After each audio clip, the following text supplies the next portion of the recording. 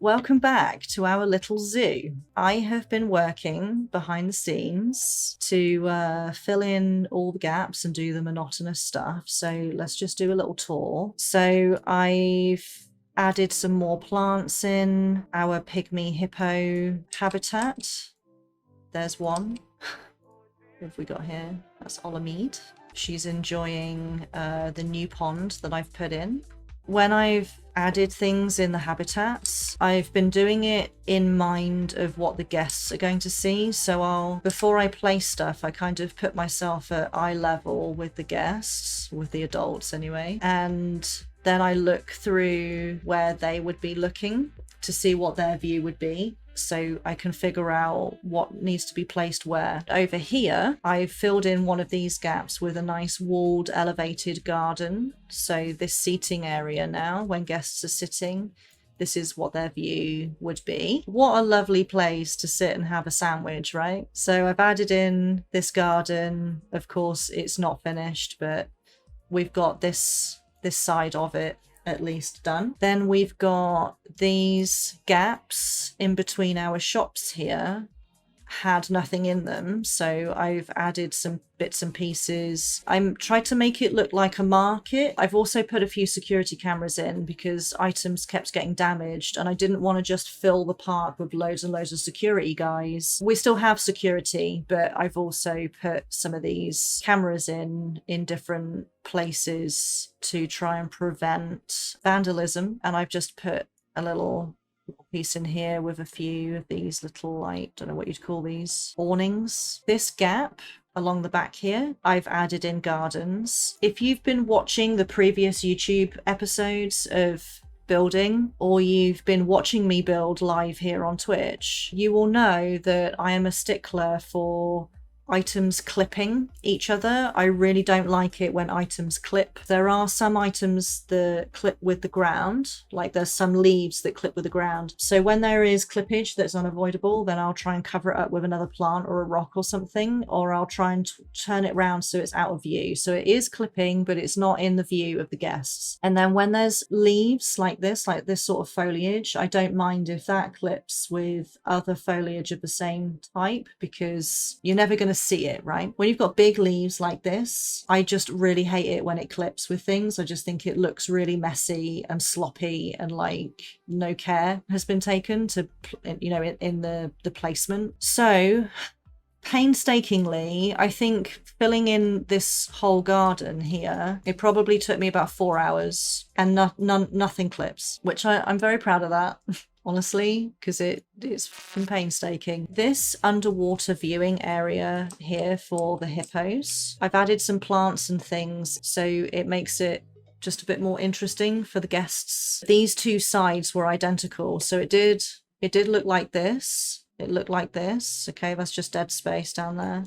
It did look like that over here. So I filled in the dead space. I've put a ceiling on it and some plants. So again, from guests' eye level, that's what you're going to see. I also filled in all of this space because this was just, it was just like this. It was just like naked rocks. As you can see, I've done nothing with this because, again, from guest eye level, you can't see any of that. So there's no point in adding stuff. You're never going to see it. I've added all of this stuff in here to kind of block your view of what's beyond, because it's just backstage stuff.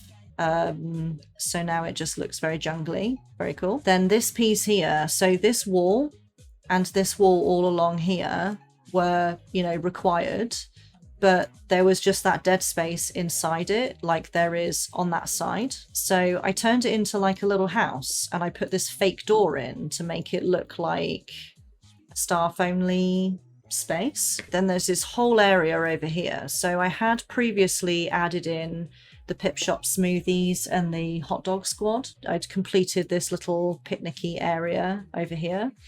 But these areas here and here along these like strips had nothing in them. They were totally empty. So I've added in these post and rope fences and put in these little garden areas few rocks, few plants, few trees. We're playing an Asian tropical map, so I wanted it to look like we've just cut out a little piece of the jungle and carved in our little zoo. Then we've got our glass house, which if you were around for the previous episode or you watched the previous episode on YouTube, it looks very different, right, to how it did when we last worked on it. Please ignore these white signs. I was just experimenting with them and I just left them there to kind of remind myself that they exist. So those aren't going to stay. But I've changed the walls. So the glass house walls before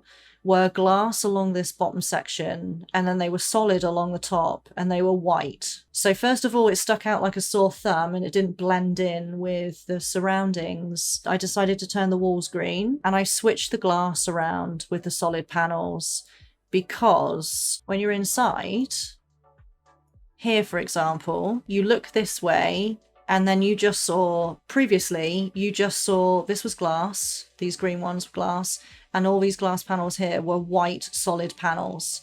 So when you look up, you couldn't see the sky. And like this area here that we built in the previous previous episode, when you looked like up, you were just seeing glass here and then these like solid panels, and it just made you feel like you were sort of in. And like the idea in a glass house is that you're inside but you feel like you're outside, right? So I thought, well, the glass needs to be above you, not at eye level. And also these walls being green means it helps the lower ground level to look more dense with foliage, because you've got a green background against all of this green foliage, and then you've got the glass and the sky above it. So I just thought it works a little bit better. So I've been working on all of this and I'm really pleased with it. I think it looks really cool. It's not finished. The flamingos are not finished. Obviously the glass house itself isn't finished. It doesn't have a roof. It's going to have a roof. I just thought it would be a lot easier to work on it when it doesn't have a roof, and then put the roof on dead last when we finished everything inside. All the plants that are on this side of this path, I've added.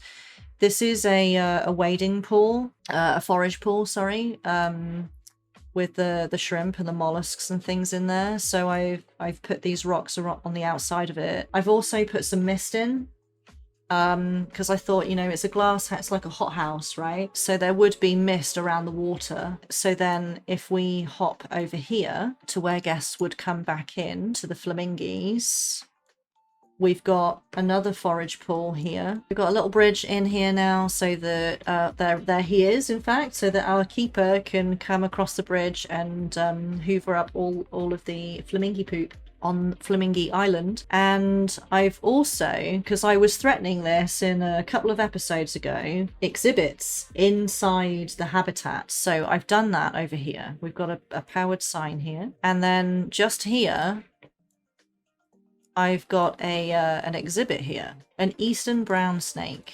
Yes, there's an eastern brown snake in here somewhere. There's just one. Is that him?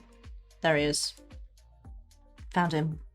There's just one in here for the time being. He's I can't grab him. There he is.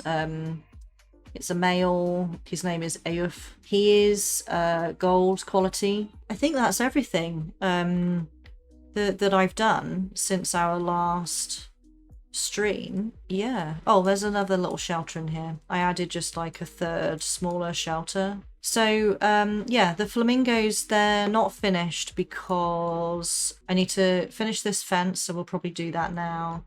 And then this area here, there's nothing going on. I think I'd like to make this a bit more jungly and try and kind of hide this gate. Maybe put plants sort of along this line and leave this space here clear so that the keeper can walk behind the plants and then out through here. Oh no, hang on, sorry, I've forgotten. One more thing I have done. This piece was already put in, but there was just nothing on this side. I've utilised a shelter. This is actually an animal shelter that I've sunk into the ground so that the bottom piece is underground, to kind of emphasise that this is a staff path and guests aren't allowed through there. And then I've added all of these plants and things in here, and I've put cladding on all of these buildings back here. It's not perfect, like there's gaps and things here.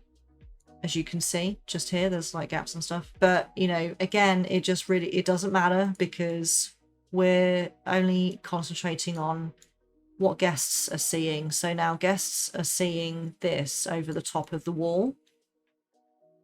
Oh, and I've also changed staff uniforms.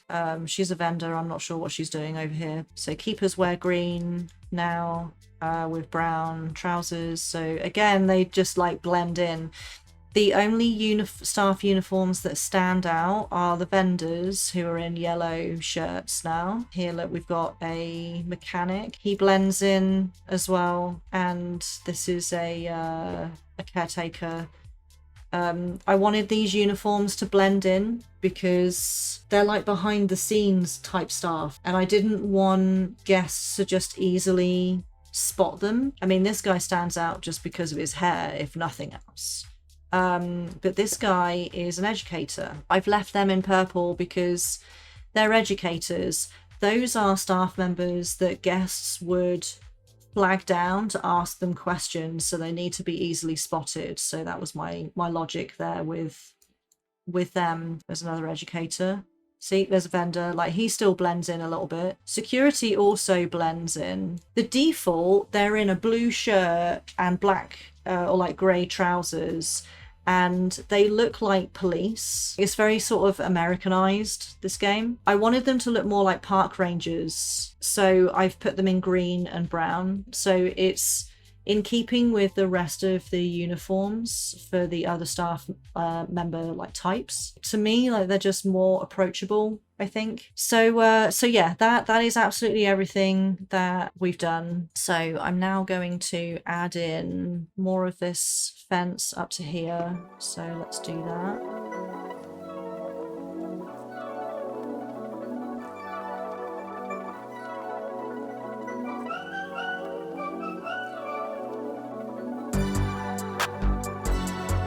Okay, so that's that. Then over here, we wanted to put a bunch of plants in. We're just gonna filter by tropical, aquatic, and we're also gonna do Asia continent. Let's see what we got here. We could put in a tamarind tree. Nice bit of shade for people as they come in.